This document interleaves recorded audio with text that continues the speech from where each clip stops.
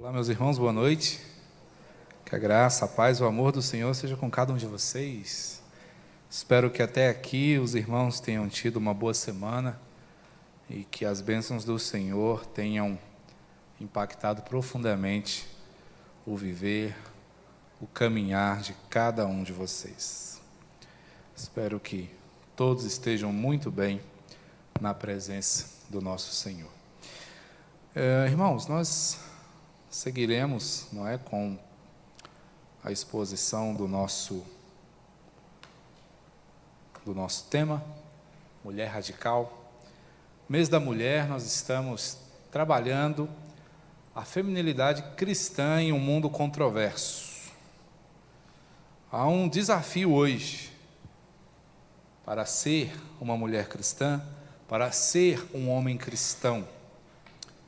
Não tem sido fácil, mas nós não estamos sozinhos.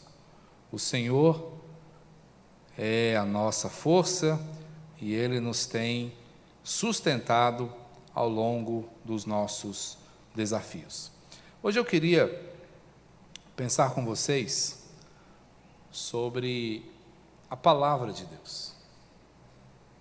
Você poderia pensar, puxa, mas claro, é um estudo bíblico, óbvio que nós vamos pensar a palavra do Senhor.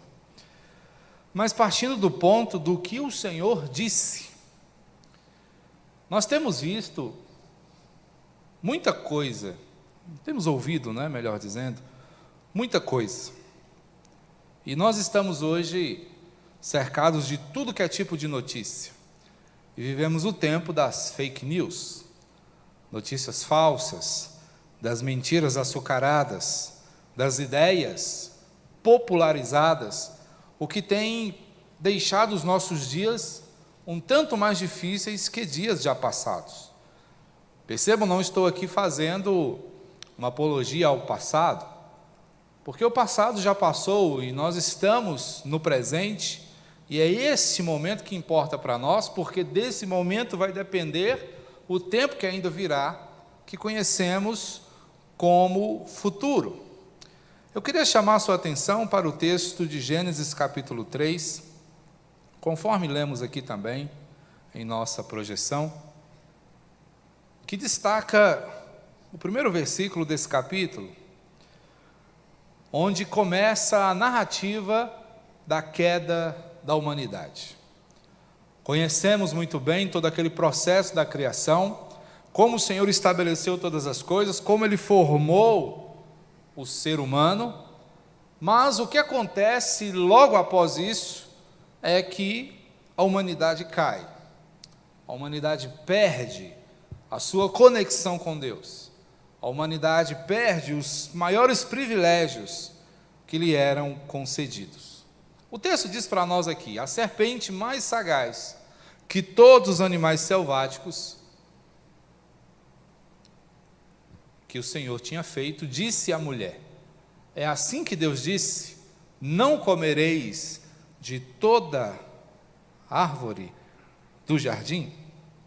Eu queria que você guardasse essa passagem, principalmente essa pergunta: é assim que Deus disse? Não comereis de toda árvore do jardim? No estudo passado nós chegamos a pontuar, a falar alguma coisa a respeito desse empenho de Satanás em desvirtuar a humanidade, em tirá-la do propósito estabelecido pelo Senhor. Os nossos tempos, meus irmãos, eles fazem o mesmo conosco. Estamos sempre diante de questionamentos. Ao longo da nossa caminhada no mundo, nós estamos diante de questionamentos que envolvem o casamento, a família, os filhos, a fé. O mundo ele não aceita prontamente, não é, o que nós temos como verdade. Porque para o mundo, o casamento é uma instituição que privilegia o homem apenas. Para o mundo, a família, não é o lugar onde a mulher é escravizada. Para o mundo, os filhos representam uma sobrecarga para a mulher. E a fé é tratada pelo mundo né, como uma perspectiva a ser rejeitada. Logo, toda a ideia relacionada ao Senhor, ela é resistida pelo mundo. Estamos pensando dentro de uma perspectiva feminina, né, e, por que não dizer, feminista. O mundo feminista olha para esses 4 pilares e os vê completamente comprometidos. O mundo feminista não acredita no casamento, não acredita na família, não acredita, não é, na importância da criação de filhos, porque é justamente das bases das ideias feministas que nós temos visto, por exemplo, a defesa do aborto. E no que diz respeito à fé, isso ainda é mais sério, porque a fé é justamente o que vai fomentar a sustentação do casamento, da família e dos filhos.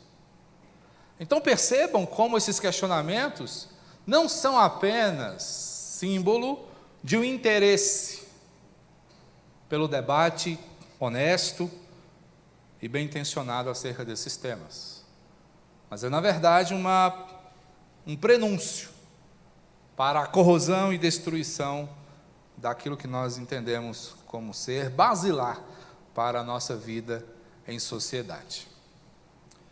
Depois da terceira onda, né, do feminismo, nos anos passados, surgiu uma senhora chamada Gloria Steinem, não é, e ela militou, né, mais precisamente sobre a esfera do casamento. Ela ainda está viva, é uma senhora de 87 anos. E a tônica da sua militância dizia respeito ao fracasso do casamento. Ela não acreditava no casamento. E entre as coisas que ela costumava afirmar, estão algumas aí, para que você conheça, só para que você entenda mais ou menos. Ela costumava dizer: algumas de nós, mulheres, estão se tornando os homens com quem queríamos nos casar. Com quem queríamos nos casar. Ficou errada aí a digitação. Uma mulher livre é aquela ou alguém que faz sexo antes do casamento e tem um emprego depois dele. Então percebam que para ela o casamento era uma prisão. Então a mulher livre é a mulher que se entrega à promiscuidade, isso envolve claramente o homem também, não é? E a liberdade se dá quando, ao romper o casamento, a mulher entra na vida econômica como fosse isso, não é? A plenitude da liberdade. Porque entre as muitas coisas que se diz acerca do feminismo é que, para o ideal feminista, submeter-se ao esposo é algo grave, mas o mesmo não é quando essa se submete ao seu patrão. Então percebam, ela ainda diz mais: eu não posso me relacionar em um cativeiro. Então percebam que sempre a perspectiva da esfera do casamento como sendo um calabouço, uma masmorra, está presente na sua prédica. O casamento é feito para uma pessoa e meia. E esta meia pessoa a qual ela se refere, no caso, seria a mulher. O ideal de Steinem acaba chegando a esse ponto, de rejeitar a Deus como pai. Ela disse certa vez, numa entrevista ao jornal inglês, se eu não me engano, The Guardian, em 2005, que o monoteísmo, que é a fé que tem, né, Deus como sendo o único Deus, o monoteísmo me deixa aborrecida. Não confio em qualquer religião que faz de Deus parte de uma classe dominadora. Acho que sou uma pagã ou animista. Então percebam, minhas irmãs, para vocês que são cristãs, aonde jaz, não é, o ideal feminista? Ele está baseado exatamente no paganismo, numa ausência constante do Senhor, de forma que se torna algo totalmente incongruente uma cristã se dizer feminista, porque as suas bases, as suas raízes e a sua filosofia mais intrínseca não tem nada a ver com o Senhor. E nós objetivamos, melhor dizendo, nesse estudo, mostrar, não só às irmãs, mas aos irmãos também, como é incompatível o ideal feminista com a fé baseada em Cristo Jesus. Logo, o que nós temos, meus irmãos, diante de nós é uma crise espiritual. Porque normalmente nós perguntamos como tudo começa, como as coisas se tornam tão complicadas, como as coisas se tornam difíceis. Um autor bíblico chamado Andreas Kostenberg disse certa vez, escrevendo um livro, Deus, Família e Igreja, algo interessante. Ele destacou o seguinte: a crise cultural do momento, no entanto, é meramente sintoma da crise espiritual profunda que continua a corroer os fundamentos dos nossos valores sociais antigamente comuns. Se Deus, o Criador, de fato, como a Bíblia ensina, instituiu o casamento e a família, e se há um mal chamado Satanás, que empreende guerra contra os propósitos criativos de Deus neste mundo, não deveria surpreender o fato de que o fundamento divino dessas instituições esteja sob ataque massivo nos anos recentes. O que ele está dizendo aqui é justamente isso. Normalmente nós limitamos a pensar essas questões que nós discutimos hoje, e que hoje, nesse mundo polarizado que nós estamos vendo, está bastante evidente a discussão, é que o problema ele não é de ordem cultural. Nós temos tratado questões como machismo, feminismo e todo o desdobramento que se dá em torno desses temas como algo cultural. É coisa do tempo, é coisa da modernidade. Quando, na verdade, a gênese, a base, o fundamento de todo esse problema é a falta de compreensão acerca da vontade do Senhor para estas áreas da nossa vida. O que o autor desse texto está dizendo para nós é justamente isso, que nós deveríamos parar e pensar e nos aprofundarmos um pouco mais no entendimento dessas questões, porque não é apenas um ponto em que nós estamos tratando de cultura, de costumes. Mas a cultura e os costumes se corrompem quando nós perdemos de vista, o que é fundamental, o que é básico. Então, nós começamos pensando aqui como o Senhor faz todas as coisas. Começamos pensando na criação e no momento em que ela rompe com o seu Criador. E nós percebemos ali que justamente esse rompimento acontece porque se estabelece uma crise nesse relacionamento. O homem se volta, a humanidade se volta contra o seu Criador.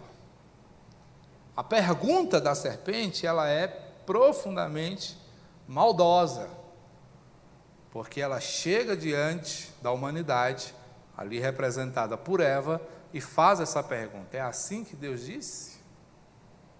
Então ela lança dificuldades sobre a ordem de Deus, suscita em Eva as suas dificuldades, porque Eva acrescenta dificuldade à ordem de Deus. O Senhor ordenou apenas que eles não comessem, mas ela disse: o Senhor falou para a gente não comer e nem tocar. Então ela ali demonstra o seu ressentimento para com aquele limite que o Senhor impõe. E é justamente aí que a serpente entra. É justamente aí que surge a brecha para o surgimento da crise. E como o texto diz, a serpente era sagaz, ela não perdeu a oportunidade. Logo, nós estamos diante de uma batalha que é real. Efésios capítulo 6 nos chama a atenção para o fato de que estamos inseridos numa guerra. E como nós já pensamos aqui também, quem parte para uma guerra, deve partir para esta guerra preparado, revestivos de toda a armadura de Deus para poderdes ficar firmes contra as ciladas do diabo. Por aqui nós podemos entender qual foi a falha de Eva e também de Adão. Foi não estarem prontos. Foi caminharem em meio a uma guerra despreparados. Não estavam de posse da armadura, não estavam de posse das suas armas.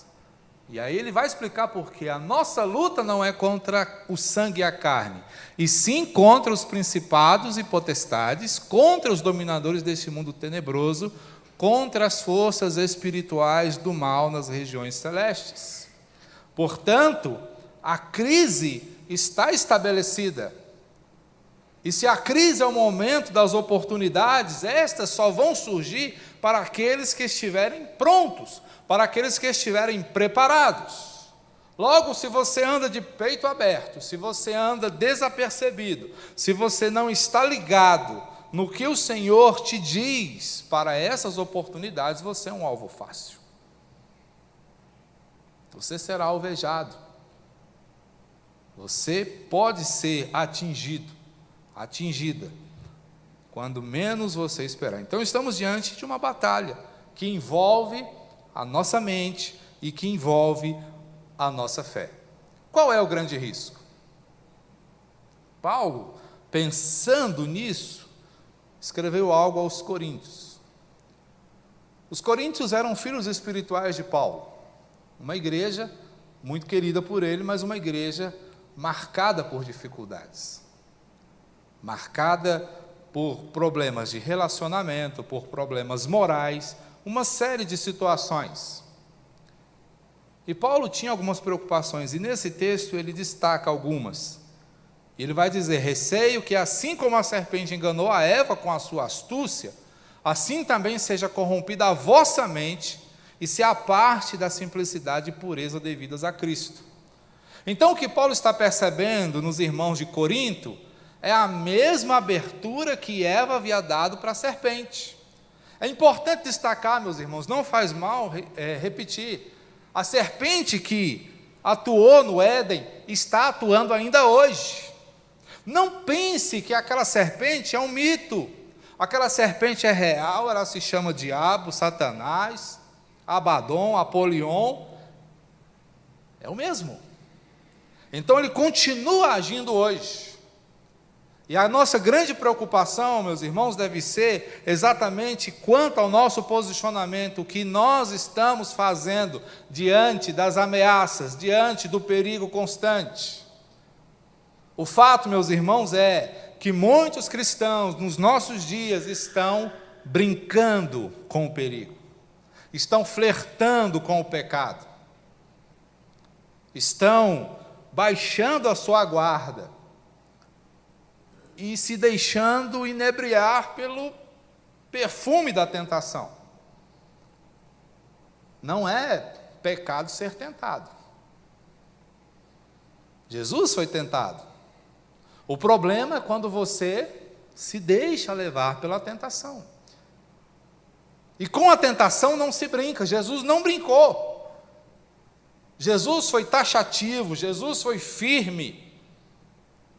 Jesus foi incisivo. E como Jesus lutou com a tentação? Resguardando-se na palavra. A mente de Jesus estava plena da palavra. Jesus não usou filosofia, Jesus não usou cultura para resistir ao diabo. Jesus usou a palavra. E é tão interessante que o diabo, sabendo dessa perspectiva de Jesus, usou também a palavra. Como fez com Eva. Ele usou a palavra. Vem cá, me conta aí o que foi que Deus disse. Tom de fofoca. Já chegou distorcendo, Eva retorceu o que já estava distorcido e se enrolou na distorção. É o que a tentação faz conosco. Se você não prestar atenção, ela vai te levar, ela vai te enrolar, ela vai te prender. Então, o risco é de nos afastarmos. Por que eu estou dizendo tudo isso? Porque esses ideais, essas ideologias, essas situações, elas são sutis. Desde quarta passada, nós estamos falando das ondas feministas. O feminismo não se instalou de vez. De tempos em tempos surgiu, né, uma nova onda, um novo movimento. Nós estamos vivendo uma outra onda, né? E casa bem com a pandemia, que a gente vive de onda, né? A gente está surfando na pandemia. Ondas e ondas. E tem outras ondas ideológicas, ondas que vão nos levando e a gente não vai percebendo. Quando pensa que não, você está em mar profundo, não consegue mais voltar e pode morrer afogado. Então, qual é a preocupação de Paulo, conforme ele escreve aqui em 2 Coríntios 11? É justamente que as pessoas deixem a sua mente desguarnecida. Porque, meus irmãos, essa batalha, não é? Essa crise espiritual que nós vivemos, é uma luta que se dá na arena das ideias. E nesta arena, o que se pensa é profundamente importante. Percebam que tudo isso nos é apresentado por meio de ideias. A estratégia do inimigo se dá exatamente assim. Novos ensinos que tendem a escravizar as pessoas, a enredá-las pela mentira, para então destruir as suas bases. Esse foi o problema que Paulo, Pedro, João, os pastores do primeiro século, e de lá para cá vem enfrentando. A heresia, ela surge assim, ela trabalha assim. É uma coisa que vem a título de novidade, prende a atenção das pessoas, e na hora que as pessoas param para prestar atenção, elas são algemadas, são escravizadas, são levadas para o cativeiro das ideias. E aí, a mentira toma conta, e então, tudo rui, tudo acaba. O método do inimigo, meus irmãos, é a astúcia. Ele age por meio de ataques mentais. Então é importante que a gente pense. Onde é que nós somos normalmente doutrinados? É justamente onde a gente vai para aprender. É por isso que escolas, faculdades e igrejas, né, são os lugares preferidos para que se disseminem as heresias, as mentiras e as ideologias. Porque é onde as pessoas estão atentas para absorver ideias. Por isso, a pregação do Evangelho deve ser genuína. Por isso, o ensino deve ser bíblico. Porque, senão, corremos o risco de sermos contaminados. Então, qual é a missão do casamento? Se pensamos aqui que, entre muitas outras coisas, o feminismo tem como objetivo destruir no ideário feminino, não é, a compreensão de casamento, o que a Bíblia diz? Olha só, o casamento ele é uma instituição missionária. E aqui está a perspectiva do Senhor por meio de Paulo para o casamento. Eis porque deixará o homem seu pai e sua mãe, e se unirá à sua mulher, e se tornarão os dois uma só carne. Grande é esse mistério, mas eu me refiro a Cristo e à igreja. Percebam que o ideal de casamento não estabelece maior ou menor, estabelece unidade. Se tornarão os dois uma só carne. Não há diferença. Então, não é a Bíblia a mãe do machismo. Não é a Bíblia, não é, a fonte dessa compreensão de que a mulher não tem vez na perspectiva divina. Muito pelo contrário, a mulher é extremamente amada, guardada e protegida pelo Senhor. Por quê? O casamento tem o objetivo de apresentar ao mundo o relacionamento de Cristo e a sua noiva. A gente vem mostrando aqui que o objetivo do mundo é destruir a mensagem. E como ele destrói a mensagem? Matando o mensageiro, impedindo a mensagem de chegar. O diabo sempre trabalhou assim. Tentou matar as crianças para que Cristo não nascesse. Ele tenta matar o casamento para que essa mensagem não chegue ao mundo. Porque o objetivo do casamento é esse: mostrar ao mundo que Jesus quer se relacionar com a sua igreja. E quem é a igreja de Jesus? Todos aqueles que creem nele. Então, quanto menos isso ficar claro ao mundo, melhor. Irmãos, para nossa vergonha e tristeza, está funcionando. Está funcionando. Porque o casamento tem sido duramente resistido, até no seio da igreja. Até o povo da igreja resiste ao casamento. Namora ad infinitum, mas não casa. Quer fazer tudo primeiro, para depois casar. Mas a base está aqui. Então é importante a gente lembrar que o Senhor trabalha de forma lógica e básica. Primeiro, as primeiras coisas. E depois, os desdobramentos. Depois as bênçãos consequentes. Mas o mundo vem desacreditando cada vez mais do casamento. Porque nós temos tornado o casamento uma instituição meramente cultural. Só que ela é profundamente espiritual. Paulo está dizendo, é um grande mistério, mas eu estou me referindo, e começa a desvendar o mistério. Estou me referindo a Cristo, a igreja. Então, o que Paulo quer dizer é que quando um homem é homem de verdade com a sua esposa, ele está mostrando quem Cristo é. Quando a mulher é mulher de verdade para com o seu marido, ela está mostrando como a igreja é. Percebam como é sério, como é profundo o ensinamento. Mas existe um desencontro.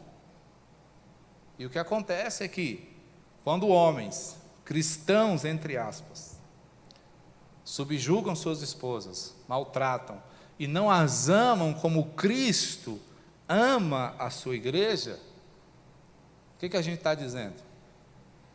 Jesus é um aproveitador. Jesus é um abusador. Jesus tem mão de ferro.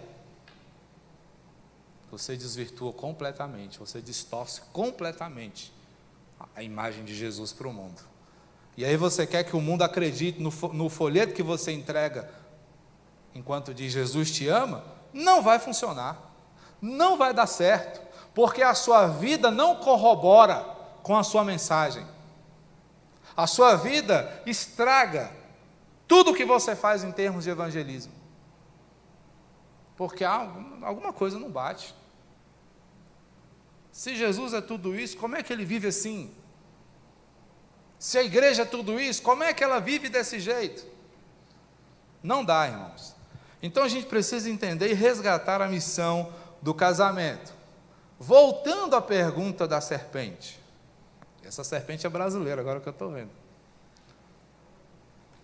Uma pergunta capciosa. É assim que Deus disse?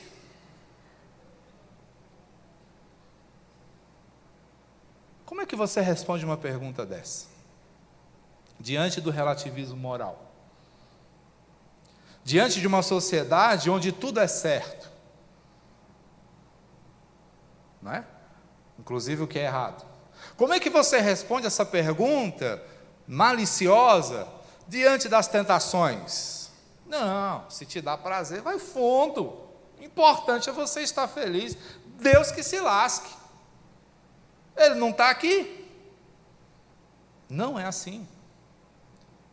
Como é que eu respondo à pergunta da serpente, quando olho para o meu coração pecaminoso, que fica pensando, né, puxa vida, que oportunidade bacana de eu me satisfazer.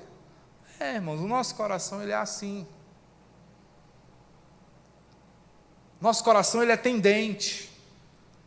A pergunta da serpente descortinou um problema que havia no coração de Eva, que era o ressentimento pela proibição de uma única fruta.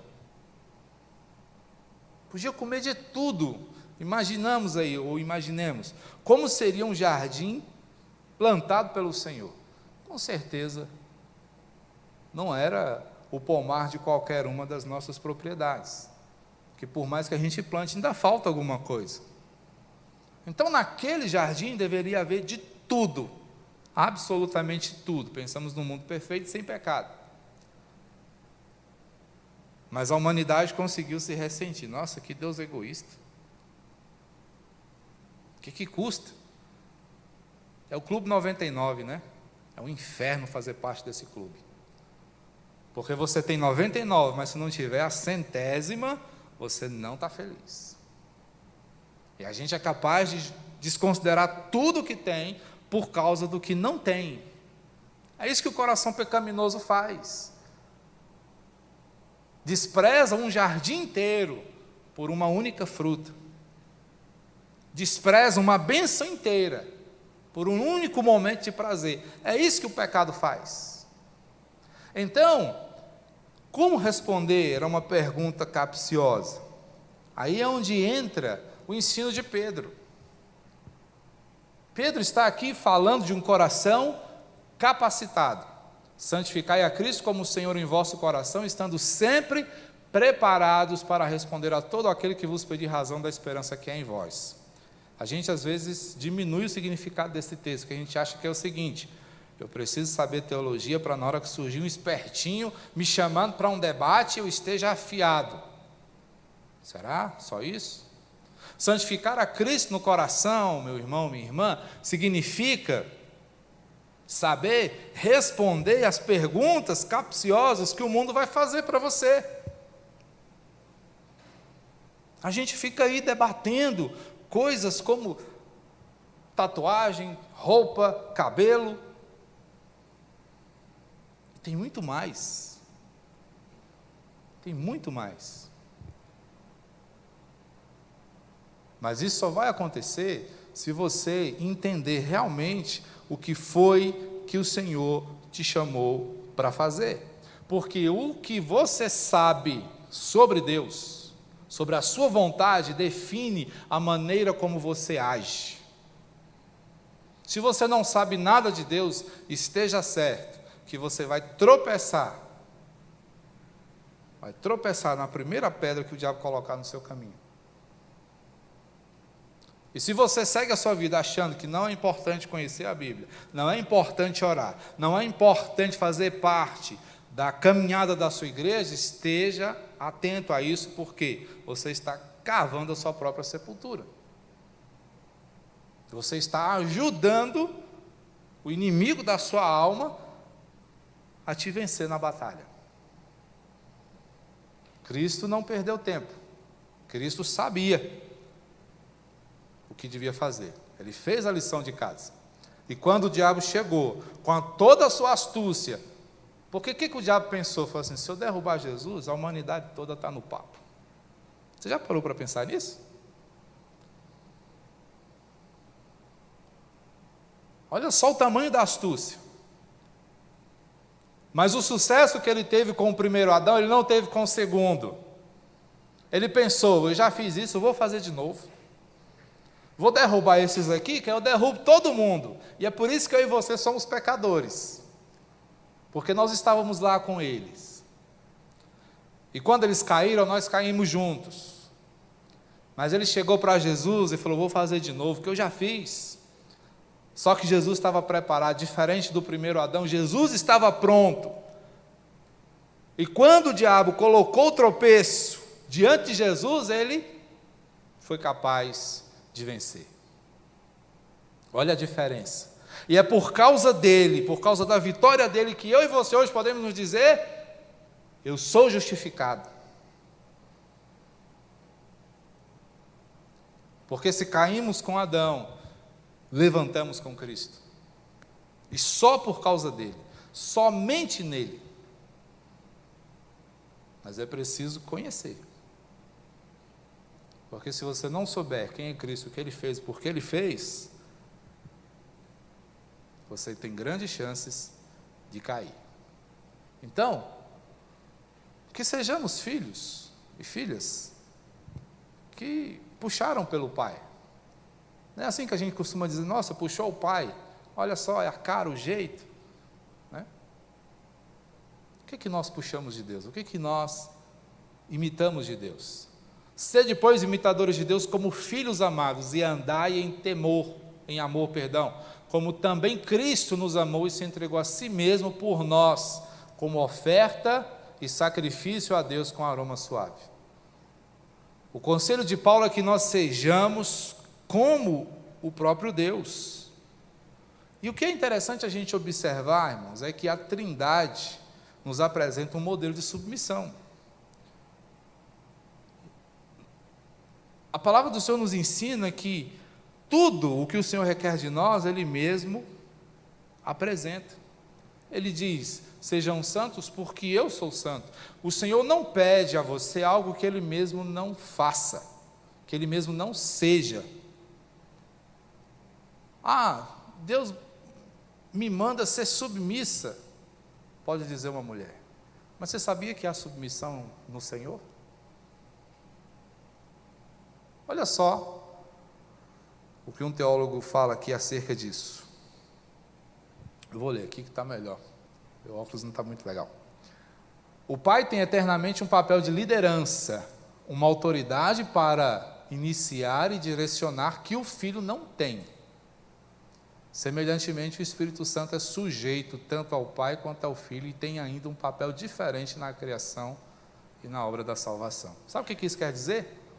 Que na economia da Trindade, há quem ordene, há quem execute e há quem confirme as coisas. Jesus, ele é totalmente submisso a Deus, ao Pai, mas ele é o próprio Deus. Então, só para a gente entender que a ideia de submissão não é uma coisa avessa a Deus. No seu conselho trino, há a perspectiva de submissão, de obediência. Claro que estamos pensando aqui no desempenho dos papéis do Pai, do Filho e do Espírito. Portanto, quando o Senhor requer das suas filhas que elas sejam submissas ao seu marido, Ele não está falando de uma coisa que Ele não conhece. Está falando de algo que é perfeitamente aplicável. Então, observe, o Senhor criou homem e mulher. E Ele os criou com um propósito, e esse propósito tem em seu cerne o privilégio de representar ao Senhor aqui na terra, a honra de sermos a coroa da sua criação.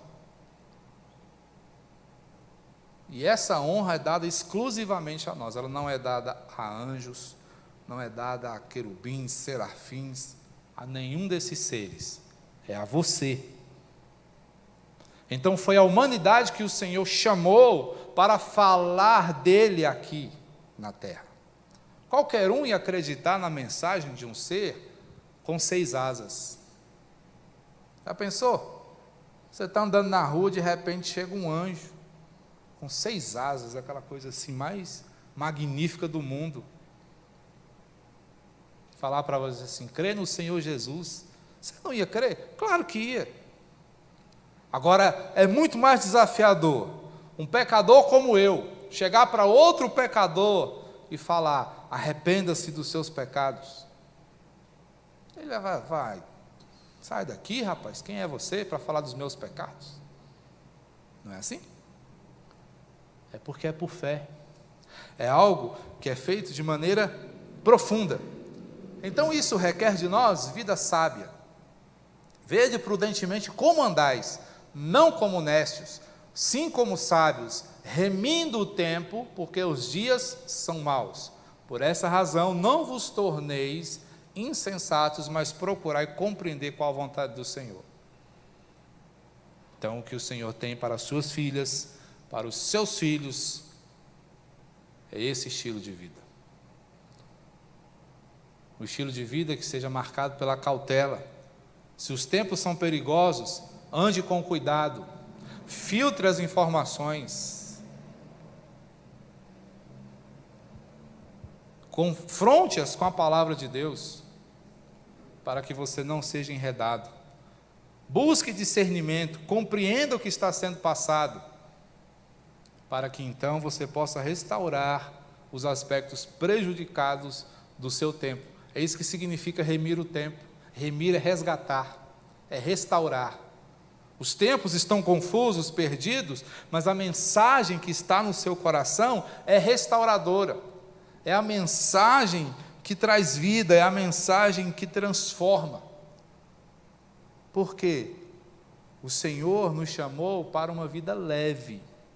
Isso não quer dizer uma vida sem responsabilidades, mas uma vida que seja vivida na sua presença. Porque submissão, ela é praticada mediante amor. Amor sacrificial. Esse amor que promove confiança. É importante que se entenda, queridos, que homem nenhum pode exigir submissão da sua esposa. A submissão é algo que a mulher oferece espontaneamente ao seu esposo, pelo temor que ela possui no Senhor, e que você fomenta pelo seu amor dedicado a ela. Você tem que ser submissa porque eu sou homem. Não é esta a mensagem da palavra. Não é esta. Porque tanto uma coisa quanto outra, submissão e amor, são expressões de adoração a Deus. A gente olha para Efésios 5, é difícil para muitas mulheres olharem, meu Deus, a submissão, tá bom, né? Vamos lá, pastor, o senhor está falando, vamos ser submissa. Não é para ser assim, não é para ser pesado, não é para ser penoso, é para ser prazeroso.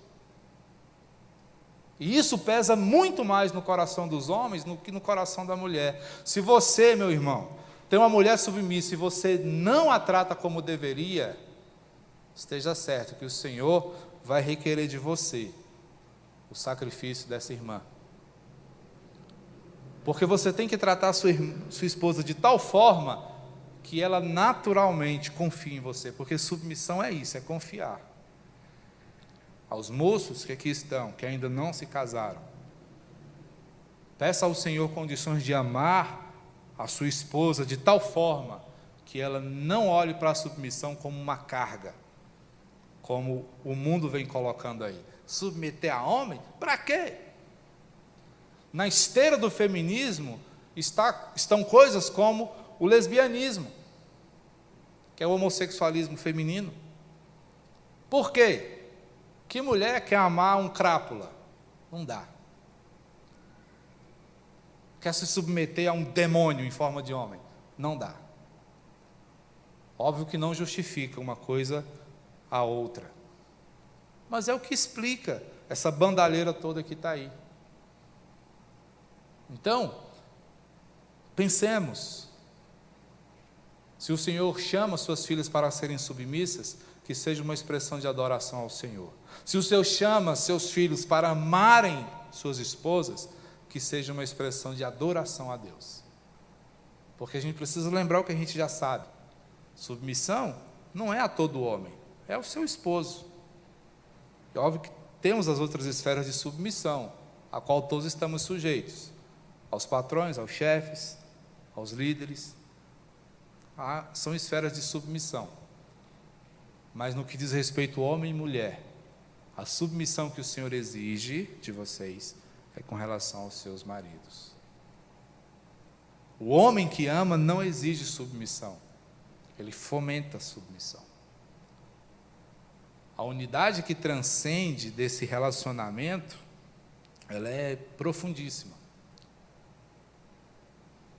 Porque é esse tipo de amor que lidera corações quebrantados, corações que se rendem ao Salvador. Então, quando o mundo questionar, é isso que Deus diz, não tenha medo de afirmar, o que Deus realmente diz. Não permita que distorções subam ao seu coração e pervertam a raiz da sua fé. Fique com o que o Senhor diz e você estará totalmente seguro. Você, minha irmã, estará totalmente resguardado. Que o Senhor nos abençoe e que sejamos fiéis defensores da palavra do Senhor, porque ela é o nosso armamento contra as investidas cruéis do inimigo. Amém? Vamos orar? Bendito Salvador, muito obrigado. Nós te agradecemos porque nos privilegia o Senhor com a honra de participar dos teus projetos. Ó Deus, eu quero nesse momento orar pelas famílias aqui representadas por homens e mulheres chamados pelo Senhor para fazerem a tua vontade. Que o Senhor mesmo, ó Deus, os proteja, os guarde, os ilumine, para que onde quer que forem, eles falem do teu amor e anunciem a tua verdade. Obrigado, meu Deus, por tua palavra que ilumina o nosso coração e desperta o nosso agir.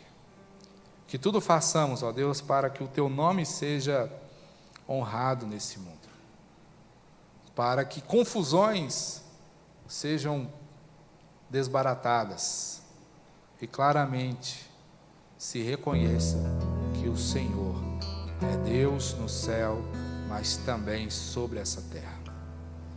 Tem misericórdia de nós e fortalece-nos, ó Deus, para que fielmente cumpramos a nossa missão nessa terra, em nome de Jesus, amém. Recebam a bênção. Povo de Deus, siga em paz, e que a graça de nosso Senhor, o Salvador Jesus Cristo, o amor de Deus, o nosso bondoso Pai, e o consolo e a orientação do Espírito Santo de Deus seja conosco, com o povo, a igreja do Senhor, para que esta caminhe por este mundo, entregando a mensagem da cruz, fazendo a diferença, aguardando ansiosamente o retorno do Mestre, para que uma vez com Ele na eternidade, adore ao Senhor por todo sempre e pelos séculos dos séculos. Amém.